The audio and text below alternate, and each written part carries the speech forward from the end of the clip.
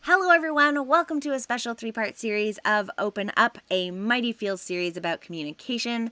My name is Ten, and in this 3-part series we're going to be talking about ways to figure out what kind of support we need, how to pick the right people for that support, and then how to ask for support. So this is part 2. We're going to talk about picking the right people to support us. If you haven't watched part 1, or if you have, I'm going to remind you that I made a TikTok that can help you start a conversation about asking for help. It's in the description below. Good luck. I hope it helps. Just start things off for you. So a lot of the time when we're not getting the support that we need, it's because we're not asking the right people. I don't mean that the people we're asking are acting badly or are uncaring, although sometimes that's the case. I just mean that a lot of people's circumstances or disposition aren't compatible with what we're asking for. So I broke down what the right person looks like. This is a very short version of some of the content in my Getting Your Needs Met workshop. If you've been to that, you know what I'm going to say, but here's a good reminder. But if you're looking for more information about how to have these conversations or how to figure out what your needs even are, I do have a document of guided questions for getting your needs met that kind of covers the basics of questions to ask yourself and how to prepare for a conversation. That's in the description below. So if you get to the end of this list and you find yourself thinking, I don't know anyone like that, that's okay. It just means that for now you have to adjust your expectations and ask for things that can help soothe you a little bit but may not be perfect in the meantime. Remember, support is not all or nothing.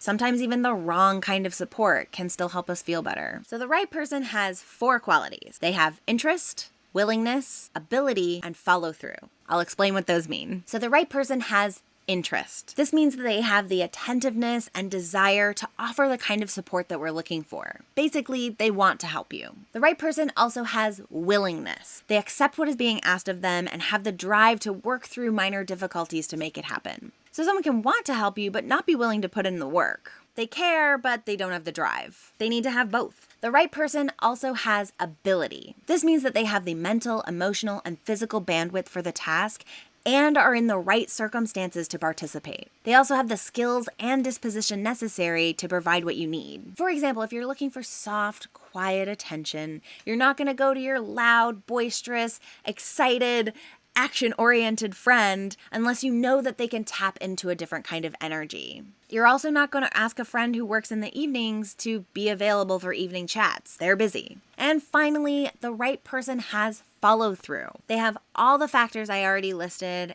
and are actioning them. Usually, if someone doesn't have follow through, it means that one of the other factors just isn't there. But sometimes people want to help, are willing to help, can help, and they just don't get around to it. Finding the right person is a process, but not everyone has to be exactly the right person in order for us to get some of our needs met and some support. And sometimes we have to have conversations to see if they can become the right people, right? This means expressing our needs and expressing when something's missing for us. But we won't know right away if someone is going to be compatible with our needs. We have to find out. It takes time and effort and open conversations. But with this breakdown, you can know what is necessary and it can help you notice what might be missing. Sometimes the people that we want to support us aren't the right people to support us. And we can grieve that a little bit if that's the case for us. But then we know that there are people out there who do have the interest, willingness, ability, and follow through to help support us and give us what we need.